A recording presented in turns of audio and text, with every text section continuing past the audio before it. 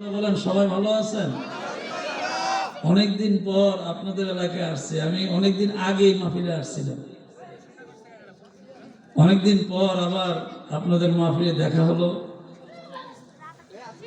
মাহফিল কর্তৃপক্ষ পরিচালক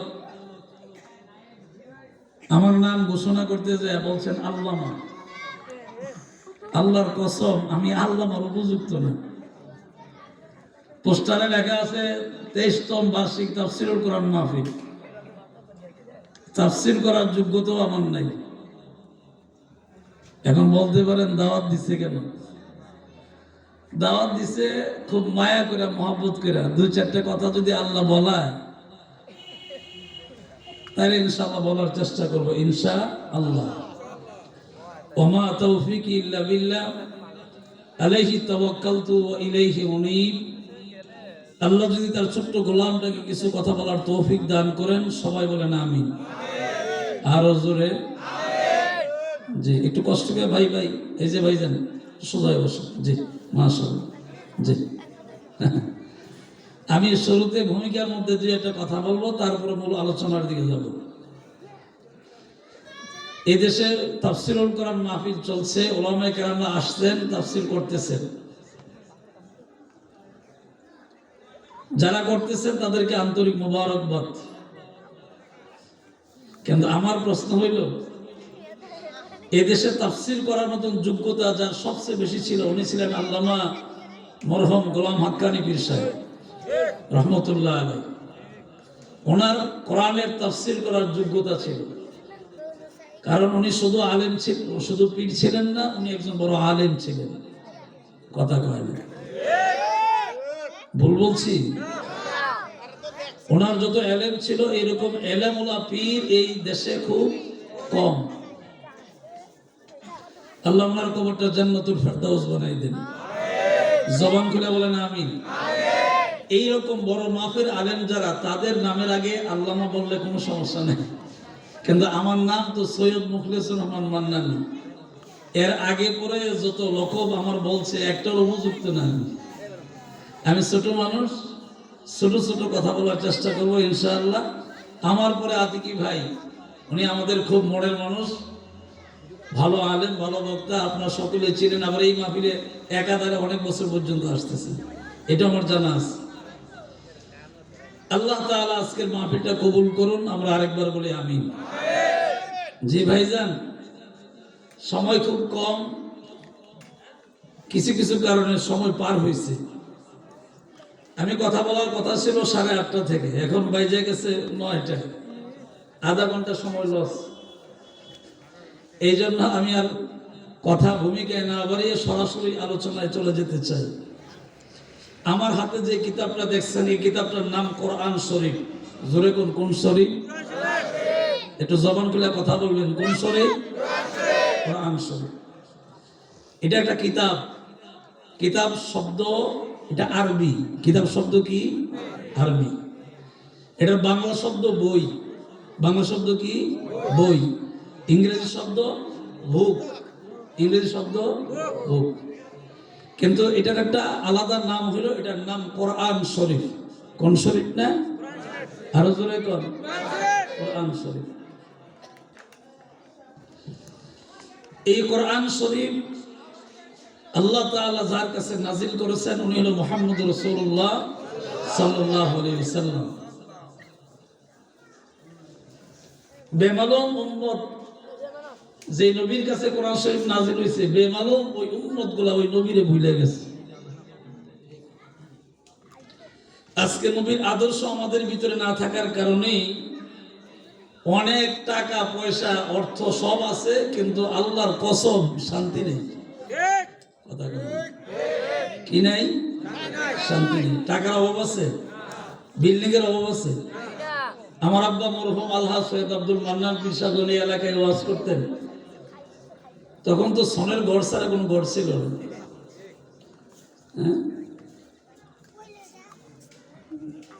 তা আমার খুব মনে পড়ে, আমি অনেক আগে সুলতান দরবারিতে আসছিলাম, অনেক আগে, তখন একটা ঘর ছিল। এখন তো আয়সা দেখি মাশাআল্লাহ। আমি এই রুট দিয়ে আসা যাওয়া করি, কিন্তু ওনার বাড়িতে যাওয়া হয় কম, দোকানে দেখা টাকা করি। আজকে গিয়ে দেখলাম মাশাআল্লাহ অনেক ইমারত, বিল্ডিং, অনেক সুন্দর সুন্দর ঘর। আপনাদের কাছে আমার প্রশ্ন, মানুষগুলো যখন, আমার বাবা, আমার দাদা, আমার চাচারা, আমার পূর্বপুরুষরা যখন কুঁড়ে ঘরে ছিল, মানে সাধারণ ঘরে ছিল, তখন কিন্তু ওই মানুষগুলার চাচা চাচি, বাবা মা, দাদা দাদি যারাই ছিল ওই ঘরে, আল্লাহর কসম, হয়তো খাদ্যের কিছু অভাব ছিল কিন্তু শান্তির কোনো অভাব ছিল না।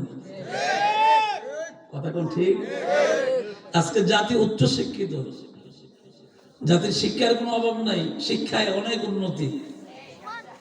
জাতি ধনী হইল, দেশ উন্নত হইল, রাস্তাঘাট ভালো হইল, বাড়িঘর বিল্ডিং হইল, সর্বদিক দিয়ে সব ঠিক আছে, কোন দিক দিয়ে উন্নতির কোনো শেষ। কিন্তু তাও আমি বলতে পারি সকলের উন্নতি হয়েছে, কিন্তু আমাদের চরিত্রের উন্নত হয় নাই। একমাত্র কারণ কি? আল্লাহর দেওয়া কোরআন শরীফ থেকে, রসুলের দেওয়া সুন্নত থেকে আমরা দূরে সরে আছি। কথা বলেন? আল্লাহর দেওয়া কোরআন শরীফ থেকে, রসুলের দেওয়া সুন্নত থেকে আমরা দূরে সরে আছি।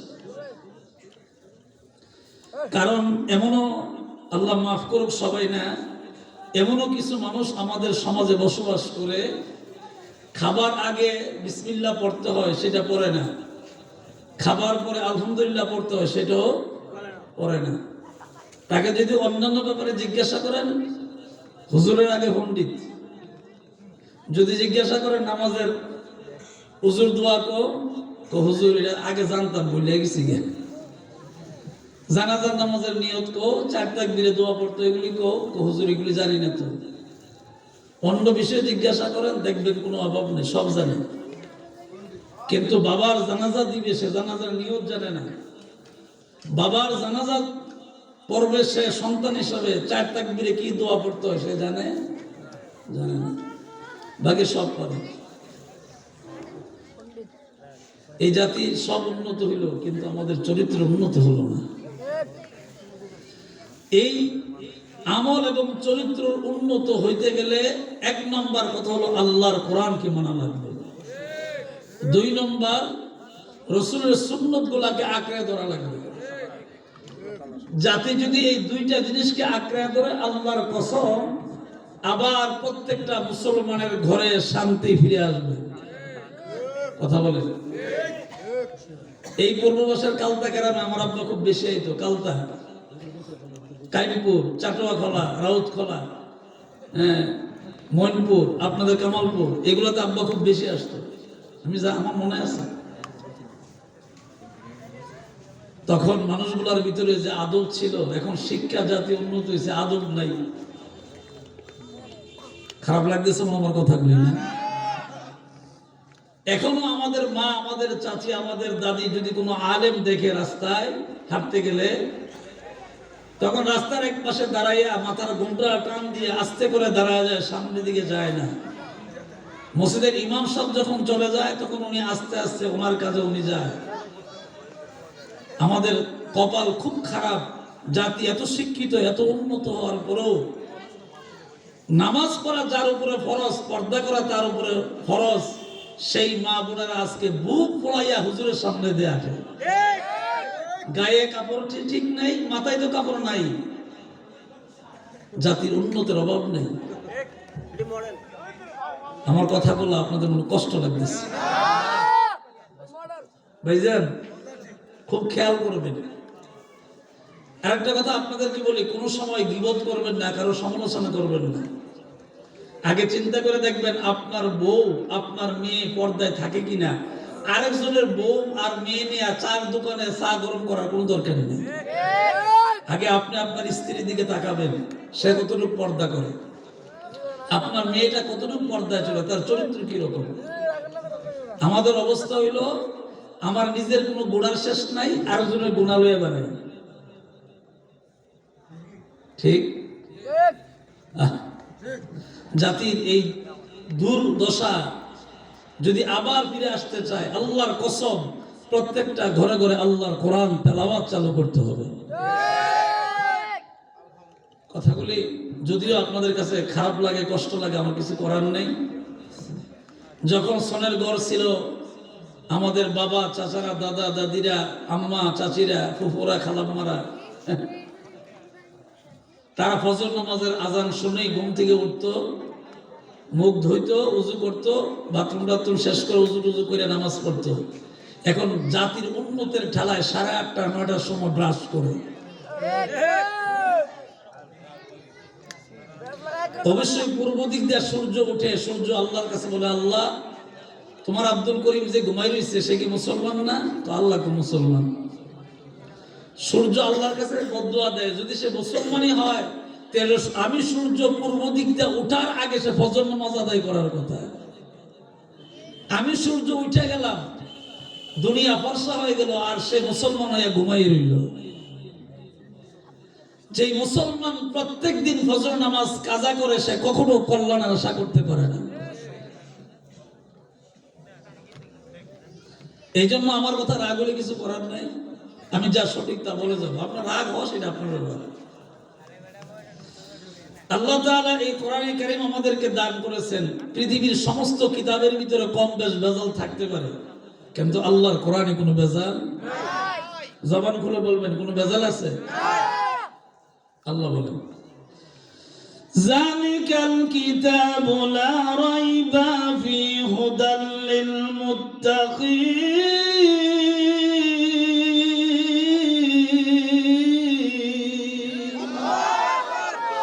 তোমাদের কাছে যে একটা কিতাব নবীর কাছে পাঠাইলাম, নবীর মাধ্যমে, এই কোরআন শরীফটা এমন একটা কোরআন যে এই কোরআনের ভিতরে বিন্দু মাত্র কোনো সন্দেহ নাই। যদি এটাকে তুমি মানতে পারো, গ্রহণ করতে পারো, তোমার জীবন বিধান হিসাবে মানতে পারো, হুদাল লিল মুত্তাকিন, অবশ্যই তুমি একজন পরহেজগার বান্দা বান্দি হতে পারবে। কার কথা? একটু জবান খুলে এখন, কার কথা? আল্লাহর কথা। এখন আল্লাহর কথা যদি বলা হয়, আলেম বলে ডান দিকে যান, এই ইচ্ছা করে বাম দিকে যান। বৃষ্টি আসলে যদি মালিক ছাগলকে ডাক দেয় বাড়িতে আয়, হ্যাঁ উল্টা দক্ষিণ দিকে যায়। কারণ মালিক টানে তার কল্যাণের জন্য। বৃষ্টিতে ভিজলে ছাগলের ক্ষতি হবে, ছাগল অসুস্থ হবে, মারা যাইতে পারে। মালিক এই জন্য বলছে বৃষ্টিতে ভিজে লাভ নাই, ঘরে চলে আস। মালিক ছাগল টানে উত্তর দিকে, হেজা দক্ষিণ দিকে। আমাদের চরিত্র ছাগলের মতন হয়ে গেছে। ওলামায়ে কেরাম কোরআন এবং সুন্নাহ থেকে কথা বলে কাবার দিকে, হেজা পূর্ব দিকে, সব উল্টা। জাতির কল্যাণ ততক্ষণ পর্যন্ত হবে না যতক্ষণ পর্যন্ত শিক্ষিত জাতির পাশাপাশি আল্লাহর কোরআন না থাকবে। ততক্ষণ পর্যন্ত প্রত্যেকটা ঘরে ঘরে কল্যাণ আসবে না যতক্ষণ পর্যন্ত একটা মুসলমানের ঘরে রাসূলের সুন্নাত না আসে। আর আল্লাহ তাআলা আমাদেরকে পৃথিবীতে পাঠানোর আগে আগে সিদ্ধান্ত নিয়েছেন, আমি তোমাদেরকে পৃথিবীতে পাঠাইছি শুধু খাইবার বাথরুমে যাবে এই জন্য না, ইল্লা মাশাআল্লাহ, কিছু কিছু ছাড়া বাকি অধিকাংশ আজকে মুসলমান শুধু খায় আর বাথরুমে যায়, আর কোনো কাজ নেই। তার উপরে যে 5 ওয়াক্ত নামাজ ফরজ, এটা কোনো খবরই। অবশ্য মসজিদগুলা টাইলস হইতেছে, মসজিদগুলা অনেক বড় হইতেছে। নবীজি বলছেন কিয়ামতের আগে আমার উম্মতের অবস্থাটা এরকমই হবে, মসজিদ হবে বিশাল, মুসল্লি থাকবে না, মুসল্লি থাকবে তার মুসল্লির ইমাম থাকবে না। আমাদের অবস্থা এরকম। যে ইমামের পেছনে নামাজ পড়ে মসজিদের দরজা থেকে বাইরে ইমাম সাহেবের দোষ করে। কি আপনি মসজিদে কইতে পারছেন না? নেরা আলাদা নিয়ে আছে, হুজুর আমরা দেখছি এই কাজটা করছে, এটা ভুল, এটা একটু কষ্ট করে সংশোধন করে নেন। রাসূলের সুন্নাত হইল ইমাম হোক মুসল্লি হোক, একজন মুসলমান যদি ভুল করে অপর মুসলমানের চোখে ধরা পড়লে সে আস্তে করে আলাদা নিয়ে, কারো সামনে না, আলাদা নিয়ে কানে কানে বলে দিবে যে আপনি আমার, আমিও মুসলমান, আপনি মুসলমান, একে অপরের ভাই ভাই, আমার আপনার এই ভুলটা আমার চোখে ধরা পড়ছে, যদি আপনি ভুল মনে করেন আগামীতে শুধরে নিন। এটা উচিত ছিল। কিন্তু যে ইমামের পিছনে নামাজ পড়ে মসজিদ থেকে বাইরে চার দৌড়ে গিয়ে হুজুরে দেখছি পাওটা 3 বার লাড়া দিছে, এই যে কয়বার লাড়াছে এটার খবর নেই। ইমাম সাহেব যদি জিজ্ঞাসা করে হুজুর দোয়া কি, পারি না, হে ইমাম সাহেবের ভুল ধরে। আল্লাহ তাআলা এই কোরআনে কারীমের ভিতরে সুন্দর করে আমাদের বলছেন, যে আমি তোমাদেরকে বানাইছি এর পেছনে একটা উদ্দেশ্য আছে। আজকে 23তম তাফসীরুল কোরআন মাহফিল, এটার পেছনে একটা উদ্দেশ্য কথা বলে না আসেনি? এই যে স্কুলটা বানাইছে এটার পেছনে কোনো উদ্দেশ্য আসেনি? এই যে আমাদের মাননীয় আইনমন্ত্রী সাহেব এখানে একটা কারিগরি কলেজ করছেন, এটা স্কুল কলেজ, এটা কোনো উদ্দেশ্য আসেনি? আছে। এত সুন্দর করে মাওলানা মামুন সরকার উনি এই মমতি করেন আপনাদের মানে সামনে, আপনারা তার পেছনে মুসল্লিয়া নামাজ পড়েন মামুন হাজারি সাহেবের পেছনে। খুব ভালো একটা ছেলে, ভালো মানুষ। এই মসজিদটা যে বানাইছেন এর পেছনে কি কোনো উদ্দেশ্য নাই? আগে কি এরকম মসজিদ ছিল? আমি তো বাংলা মসজিদে এসে নামাজ পড়ছি, আমার মনে আছে। আমি এই এলাকায় ওয়াজ করতে এসে আমি এই মসজিদে অনেকবার নামাজ পড়ছি, যখন মসজিদের ভালো কোনো পরিবেশ ছিল না। অবশ্যই এখানে একটা উদ্দেশ্য আছে। উদ্দেশ্য কি? আল্লাহ পাক বলে, ওয়ামা খালাকতুল জিন্না ওয়াল ইনসা ইল্লা লিয়াবুদুন।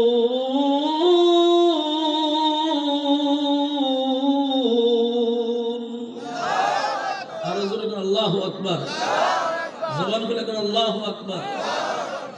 অবশ্যই তোমরা এই মসজিদরা বানাইছো এর পেছনে উদ্দেশ্য হলো ইল্লা লিয়াবুদুন, তোমরা একমাত্র আল্লাহর গোলামি করবে। জোরে কোন কার? আল্লাহ। আরো জোরে কোন? আল্লাহ। ভাই একটু কষ্ট করে এদিকে আসেন, আপনার দ্বারা কিছু কষ্ট হইতেছে, আসেন এদিকে আসেন।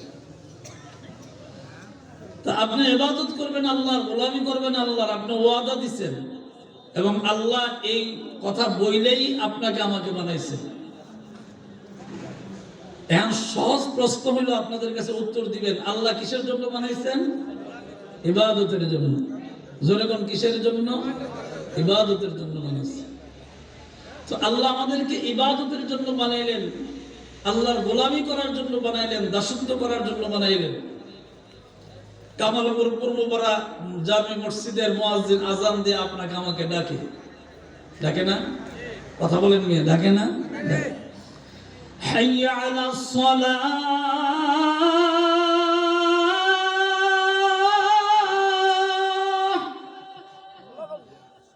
মুয়াজ্জিন তার আযানের ভিতরে আমাদেরকে ডাকে, আসেন নামাজের দিকে আসেন।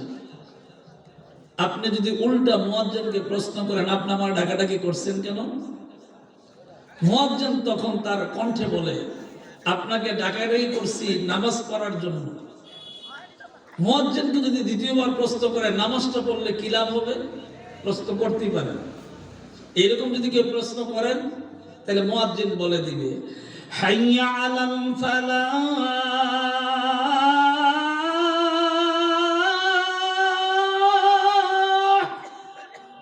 মুয়াজ্জিন দ্বিতীয়বার আপনাকে বলে দিবে নামাজ যদি পড়ো হাইয়া আলাল ফালাহ, তোমার কল্যাণ হবে। কথা তো কিছুই কর না, সুবহানাল্লাহ, রাসূল কর না। আমার 18 তারিখ মাহফিল আছে মুরাদনগর পূর্বপাড়া, পূর্বধরের নাম শুনছেন? পূর্বধর, মুরাদনগর একটা গ্রাম আছে বাঙ্গরার পিছে পূর্বধর। 18ই ডিসেম্বর দাওয়াত ছিল, খুব দূর কই আর কি, আসলে গ্রামটার নাম পূর্বধর। এই গ্রামের মাহফিল, আমাকে অনেকদিন আগে কমিটি ফোন করে কইছে হুজুর শুনছি বিশ্বকাপ খেলা নাকি 18 তারিখ।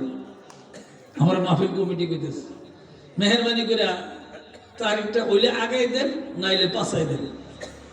তখন আমি দেখছি যে আমার 17 তারিখটা খালি আছে। তখন বলছি যে আপনাদের যে সমস্যায় মনে করেন তাইলে একদিন আগাইতে পারেন, এটা 17 তারিখ করে নেন। বিশ্বকাপ খেলার জন্য মাহফিল একদিন আগে 17 তারিখ করছে। ওই খেলার দিন কাউকে বলতে হয় না জোরে একটা চিৎকার মারো, বাজি ফোটাও, আওয়াজ করো, মিছিল করো, এগুলি কোনো কাউকে বলতে হয় না। আর এই দেশের পুরাতন একজন ওয়াজিন মীর হাবিবুর রহমান যুক্তিবাদী, এই এলাকায় বহু আসছে, সারা বাংলাদেশ চিঠি বেড়াতে। মীর মোহাম্মদ হাবিবুর রহমান যুক্তিবাদী, উনি এক ওয়াজে কইছে যে 40 বছর পর্যন্ত ওয়াজ করলাম, কোন জায়গায় সুবহানাল্লাহ আলহামদুলিল্লাহ বলতো এটাও আমি শিখাইতে পারলাম না। আর আপনারা কইয়া কইয়া সুবহানাল্লাহ পড়ান লাগে। আহা জাতি মুসলমান, আপনি নিজে বলবেন কোথায় সুবহানাল্লাহ বলতে হয়, কোথায় আলহামদুলিল্লাহ বলতে হয়, কোথায় কি বলতে, এটা আপনি বলবেন, কোথায় আল্লাহু আকবার বলতে হয়। আমার সাথে একটু মহব্বতে জিকির করেন সুবহানাল্লাহ ওয়ালহামদুলিল্লাহ লা ইলাহা ইল্লাল্লাহ, পড়েন সুবহানাল্লাহ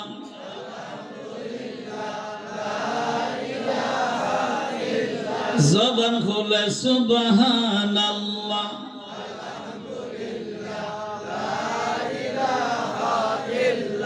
তুমি বাঁচাও তুমি মারো অবিরত ক্ষমা করো তুমি বাঁচাও তুমি মারো অবিরত ক্ষমা করো রে যাকে ধরার তাকেই ধরো যাকে ধরার তাকেই ধরো সব কিছুর মালিক তুমি আল্লাহ সুবহানাল্লাহ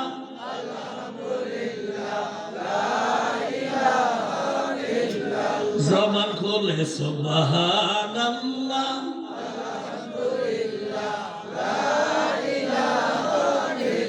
আল্লাহ সুবহানাল্লাহ